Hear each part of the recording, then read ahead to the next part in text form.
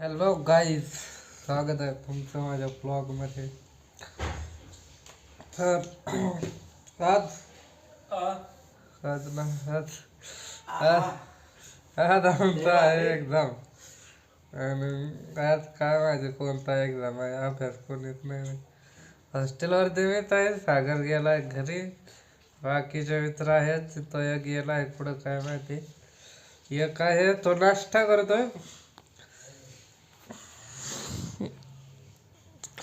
आणि आज पेपर आहे आणि मी अभ्यास काहीच केला नाही. काय काय होतंय काय माहिती आता. काय बघू जाऊन काय होतंय आज नेमकं.